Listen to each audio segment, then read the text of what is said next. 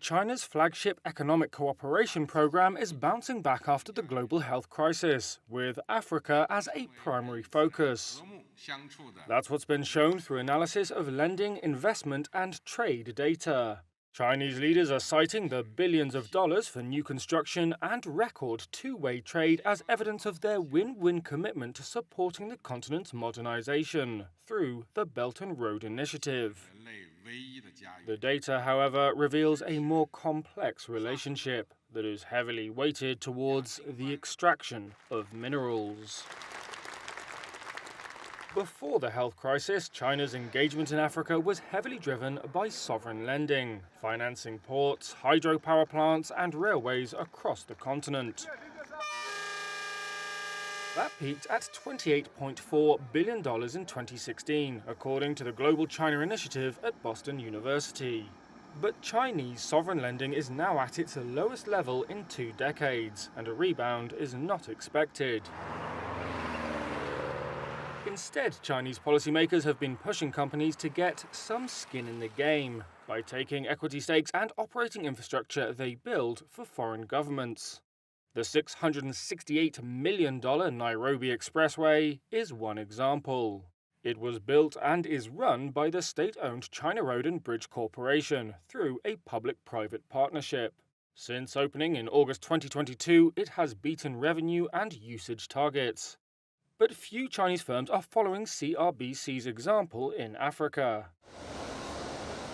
Globally, some 45% of Chinese non-emergency lending was to special-purpose vehicles from 2018 to 2021, the most recent years for which figures from US Research Center aid data are available.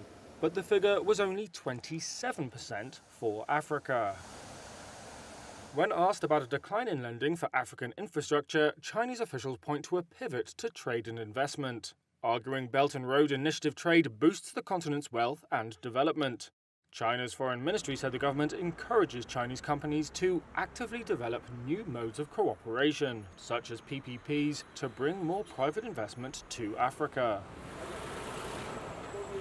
New Chinese investment in Africa increased 114% last year, according to the Griffith Asia Institute at Australia's Griffith University.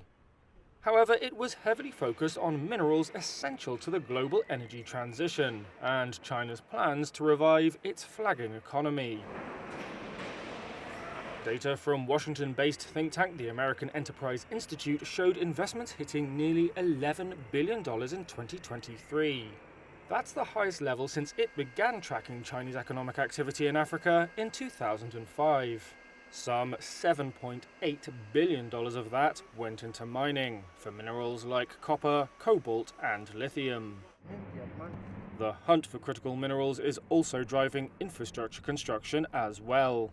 In January, for example, Chinese companies pledged up to $7 billion in infrastructure investment under a revision of their copper and cobalt joint venture agreement with Democratic Republic of Congo. Critical minerals and oil have also dominated trade. But efforts to boost other imports from Africa, including agricultural products and manufactured goods, have faltered. That's seen the continent's trade deficit with China balloon. Two-way trade reached a record $282 billion last year, according to Chinese customs data. But the value of Africa's exports to China actually fell 7%, mainly due to a decline in oil prices.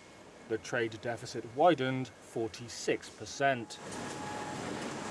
Last August, Chinese President Xi Jinping said Beijing would launch initiatives to support Africa's manufacturing and agricultural modernization. China has also pledged to increase agricultural imports from Africa. But the result of all this, potentially, is a more one-sided relationship than China says it wants. That is, one dominated by imports of Africa's raw materials. Some analysts argue there are echoes of colonial-era Europe's economic relations with the continent. China rejects such assertions. Its foreign ministry said Africa has the right, capacity, and wisdom to develop its own external relations and choose its partners. China's practical support for Africa's path of modernization in accordance with its own characteristics, it wrote, has been welcomed by an increasing number of African countries.